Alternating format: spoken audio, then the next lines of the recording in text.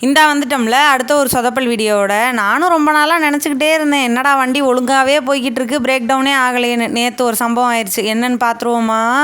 எங்களுக்கு இந்த கடலை மிட்டாய்னா ரொம்ப பிடிக்கும், அதையே ஒரு வித்தியாசமாக பண்ணி கொடுப்போன்னு தான் இன்றைக்கி எல்லாம் பண்ண ஆரம்பித்தேன். அதுக்கு ஒரு கப்பு வேர்க்கடலை எடுத்து ஒரு பேனில் போட்டு நல்லா வறுத்து அதோட தோலெல்லாம் எடுத்துகிட்டு அதை நல்லா பொடி பண்ணி வச்சுக்கிட்டு, இப்போ அதே பேனில் ஒரு கப்பு தேங்காயை கொட்டி அதை நிறமாறுற அளவுக்கு வறுத்து தனியாக எடுத்து வச்சுக்கிட்டு, 1.5 கப்பு நாட்டு சர்க்கரையோட 1/4 கப்பு தண்ணி, 1/2 டீஸ்பூன் நெய் சேர்த்து நல்லா மிட்டாய் பதம் வர அளவுக்கு பாகா காய்ச்சிக்கிட்டு, அதோட வறுத்து வச்சிருக்க தேங்காயும் அரைச்சி வச்சிருக்க கடலையும் போட்டு நல்லா கிளறி திக்கானோன்னு நெய் தடவுன தட்டில் போட்டு ஷேப் பண்ணி எடுத்தோன்னா ஒரு அருமையான தேங்காய் கடலை பர்ஃபி ரெடியாயிருங்க.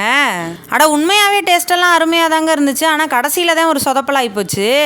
பேன்லேருந்து பிளேட்டுக்கு மாற்றுறதுக்குள்ளே அது லைட்டாக ஆறுனதுனால பர்ஃபி ஷேப் பண்ண முடியாமல் அது உதுந்துக்கிட்டு வர ஆரம்பிச்சிருச்சு. நானே ஷேப் வரலன்னு வருத்தப்பட்டுக்கிட்டு இருந்தேன். வருத்தப்படுறதுக்கெலாம் நேரம் இல்லை, டேஸ்ட்டு நல்லா இருக்குன்னு சொல்லி எங்காலுக்கு கிண்ணத்தில் போட்டு எடுத்து தின்னு காலி பண்ணிருச்சு.